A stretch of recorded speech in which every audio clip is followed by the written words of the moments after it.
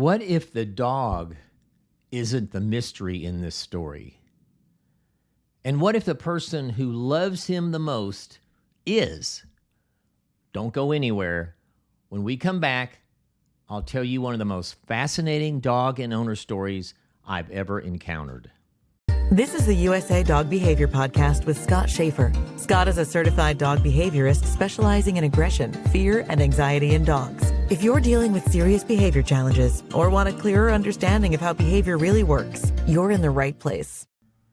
I've worked with thousands of dogs over the years, but every once in a while, a case comes along that absolutely stays with me. This is one of those cases. The details have been changed to protect my client's privacy, but this is a true story. It happened many years ago, and I've never forgotten it. I'll call him Tim.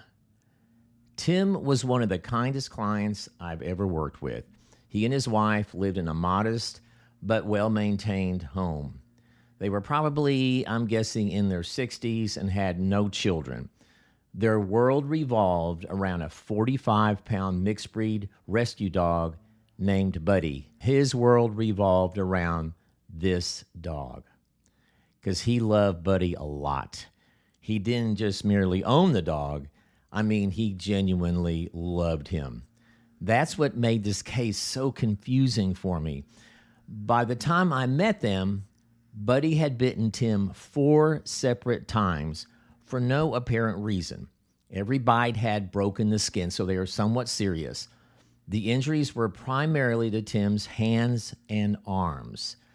This was more than just a minor nuisance. This was a serious aggression case in my estimation. Yet something about it didn't make sense, and I picked that up right from the beginning. It didn't fit in any of my behavioral pigeonholes that I usually can sense pretty quickly. This was not a normal case. Buddy wasn't biting Tim's wife. He wasn't biting visitors. He wasn't biting strangers. He showed no aggression to me when I was with the dog. He was biting the one person who loved him the most in this world. Tim. What? Didn't make sense. And I just couldn't figure out why. The more I got to know Tim, the stranger the case became. Let me tell you a little bit about Tim. He worked as a controller for a large public company that you would know. He appeared to be highly intelligent, analytical, successful, thoughtful, and remarkably warm. He was a CPA, and so he was a competent individual. Tim is one of those clients that I both liked and respected, which only deepened the mystery for me a little bit. He was just a great guy.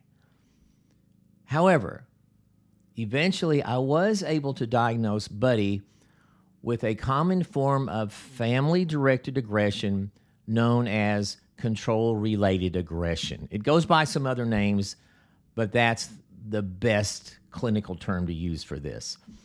Despite that intimidating name, control-related aggression, this type of aggression is actually much more common than most people ever realize. It's frequently undiagnosed. In simple terms, a dog learns to use aggression as a tool to influence the behavior of the people around him.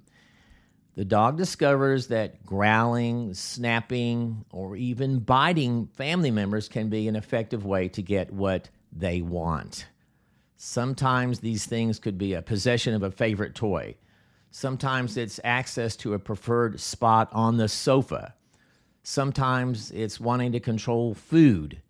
Sometimes it's simply getting someone to move away from them. It's really similar to a spoiled child who learns that tantrums work. Temper tantrums. The behavior becomes reinforced because it achieves the desired outcome. The good news was that control-related aggression often responds very well to treatment. In fact, of the 7 common types of aggression in dogs, I think it's the most treatable with the best success rate. The bad news is, after giving Tim some standard exercises to treat control-related aggression, things weren't improving at all. And I didn't know why. Didn't make sense. I understood what was going on with Tim's dog, but I realized that I didn't really understand Tim. He was sort of different, it seemed. And it bothered me that I didn't understand that. The treatment exercises I was giving Tim weren't especially complicated, yet despite his intelligence and capabilities, he didn't seem to understand what Buddy was communicating to him during the exercises. And anyone that's ever done behavioral modification with dogs knows we have to read the dog at the same time so we can know how fast and how to do these behavioral exercises. Let me give you some examples where he was struggling. He would reach toward Buddy when Buddy was growling at him. I found that kind of disturbing and confusing. Buddy was telling Tim he was about to bite him, yet Tim proceeded anyway as if nothing was going on. Most people would have backed away to avoid being bitten. No wonder Tim had been bitten 4 times already. But the thing was, Tim wasn't being resistant to what I was teaching him. He wasn't being stubborn. He wasn't ignoring my instructions. I felt like he was really trying hard. But it was almost as though he and Buddy were participating in 2 completely different conversations. Like one was playing basketball and the other was playing football. The more I watched them interact, the more convinced I became that I was missing something important, a key element here. Then one day, Tim's wife quietly told me something, just almost as a throwaway comment, something that she had never mentioned before. And it was the key that unlocked everything. I'll never forget that moment. We're at their kitchen table. She just threw this line out. Did you know my husband has Asperger's syndrome? What? Wow. Now everything comes into focus. Suddenly, 100 little observations I made over the previous weeks began to rearrange themselves in my mind and make sense. For those of you who may not be familiar with Asperger's syndrome, it's a condition that's generally considered part of the autism spectrum. Many people with it are highly intelligent and exceptionally capable, but they may have difficulty, and this is the key, interpreting subtle social cues and body language in humans and in animals like dogs. This makes it difficult for them at times to fully understand what is being communicated. And suddenly, the entire case made sense. For weeks, I've been trying to understand Buddy. Now I realized I needed to understand Tim. And I think I kind of was now because of that information that his wife gave me. Think about this. Dogs communicate primarily through body language.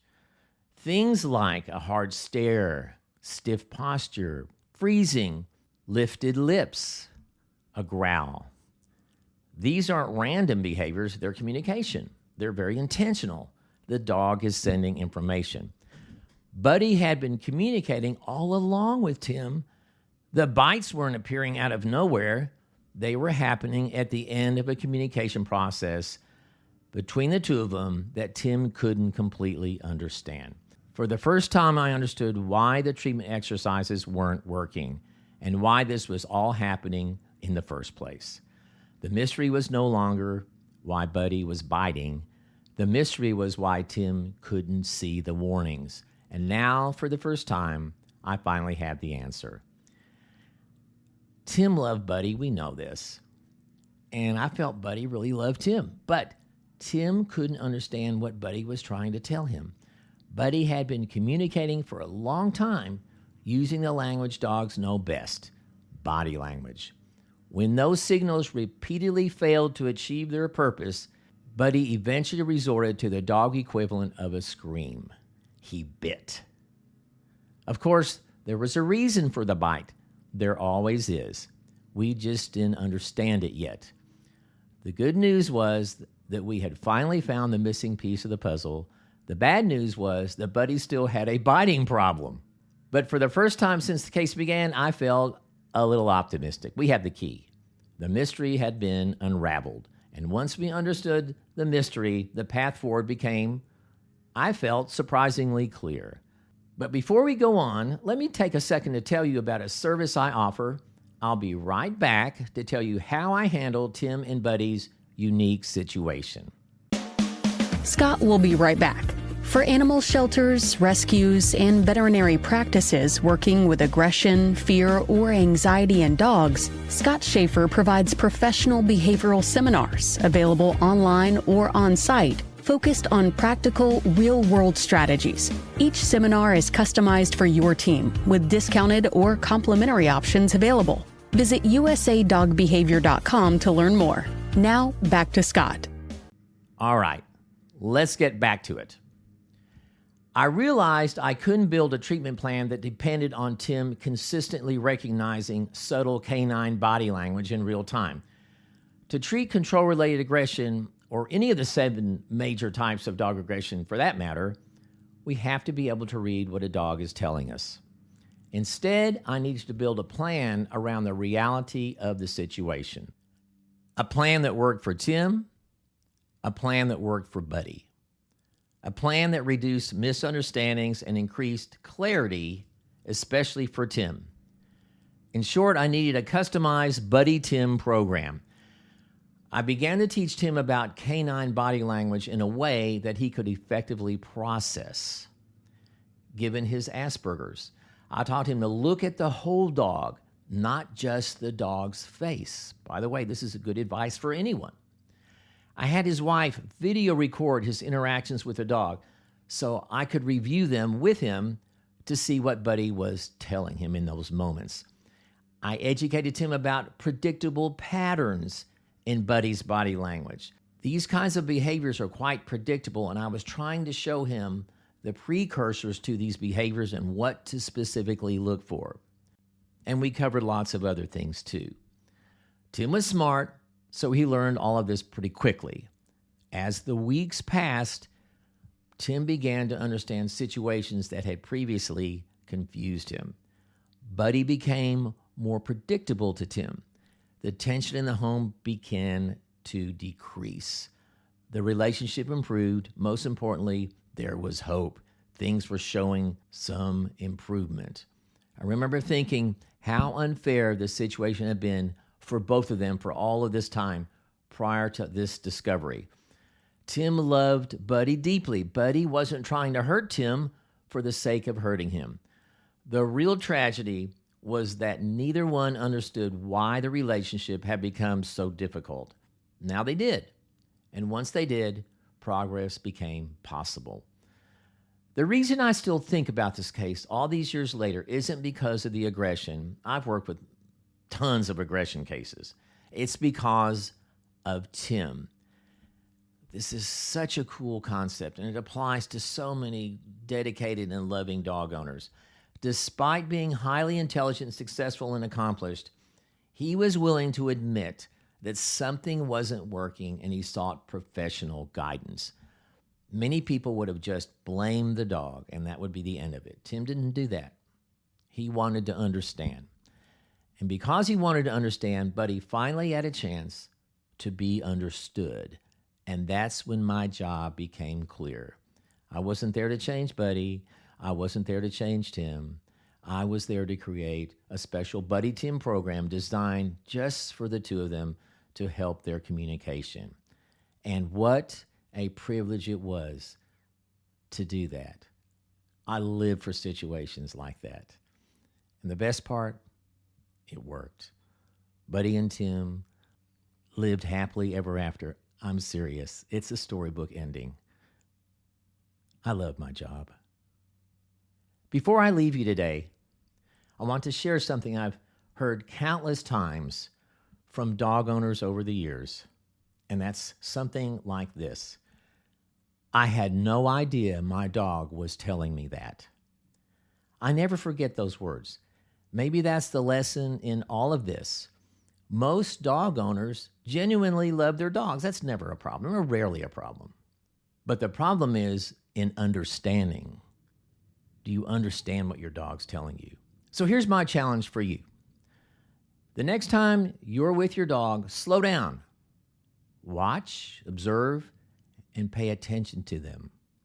You may discover your dog has been trying to tell you something all along. Before I leave you today, I'd like to offer you a free resource that will help you in this endeavor.